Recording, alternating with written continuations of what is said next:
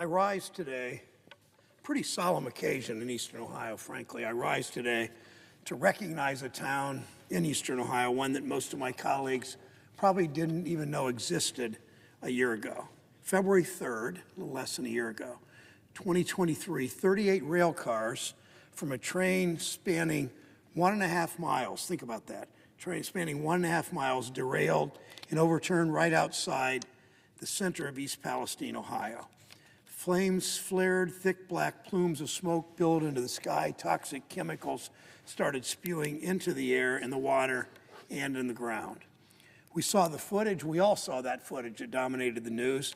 People read the articles, they scrolled through it on social media. Americans watched it. The people of East Palestine lived it. They had to pack up and evacuate their homes in the middle of the night. They didn't know if the air they were breathing and the water coming from their faucets was safe. Their lives were turned upside down. My job is to always fight for Ohio. When disaster struck, we got to work. Residents in the surrounding area needed air, water, and soil testing. We secured it. They needed initial health screenings. We made it happen. We got the Centers for Disease Control to support a free health clinic. They needed answers and help with cleanup. We got that done. Local business owners and farmers and manufacturers needed investment to keep their community alive. We delivered through a loan program through the Department of Agriculture. Now, essentially, reporters have packed up. The cameras left the community to chase the next big story. But the people of East Palestine are still there trying to move forward. Over the last year, I visited East Palestine a number of times. Our staff is there even more often. Each time we ask residents what we can do. They want the contamination cleaned up completely. They want continuous monitoring of the air they breathe, the water they drink, and the screenings to see if their long-term health has been impacted. They want assurance that they're going to be hit by a surprise tax, that they won't be hit by a surprise tax bill this season. We included a provision in the bipartisan tax deal to guarantee that. That tax deal that included breaks for our research and development and the child tax credit, voted out of the House Ways and Means Committee 40-3. We're fighting for all of it. We're not giving up. We'll keep asking, listening, and make sure they get what they need. As we sat at roundtables at their local businesses and toured the health clinic and walked through the fields of family farms, I had the privilege of getting to know better this town and the people who call East Palestine home. A rich history. For decades, this community, this county, manufactured ceramics in this area and their economy boomed. Like my hometown of Mansfield, when bad trade deals shipped those jobs overseas and the factories closed their doors, the community came together and persevered. I listened to their family stories, their hopes for their hometown, their concerns for the future. In every visit, every conversation, every interaction, I saw determination and heart. When I think about East Palestine, I don't just think about a train derailment. I think about the resilience they have shown the world. I think about firefighters who were first on the scene that night of the derailment, having no idea what they were exposing themselves to, but that was their job. And all but one of the fire department, the chief is the exception, all but one of them is a volunteer.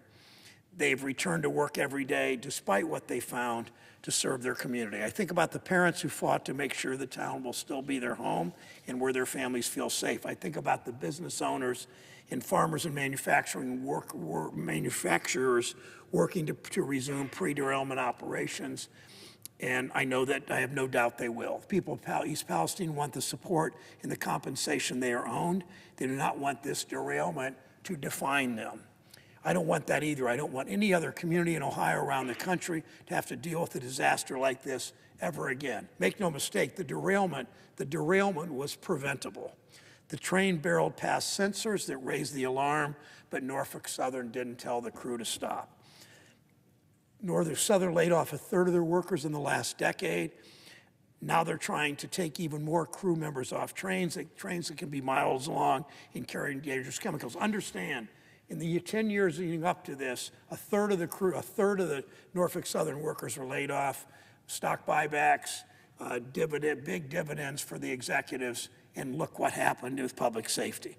Companies no rush safety inspections that could help spare communities from disaster.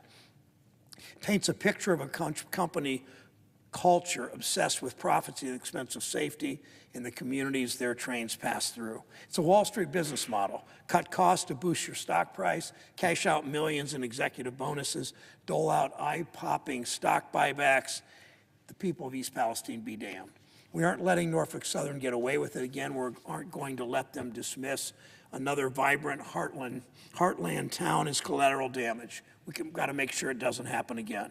1 month after the derailment, Senator Vance and I teamed up to introduce the Bipartisan Railway Safety Act to hold big rail companies accountable and to stop a disaster like this from ever happening again. I spent last year advocating for rail safety across Ohio in cities and towns that have had train derailments. It's not just East Palestine. It's Steubenville. It's Ravenna. It's Sandusky. It's Springfield. It's Massillon. More Norfolk Southern derailments within a year of the East Palestine crash.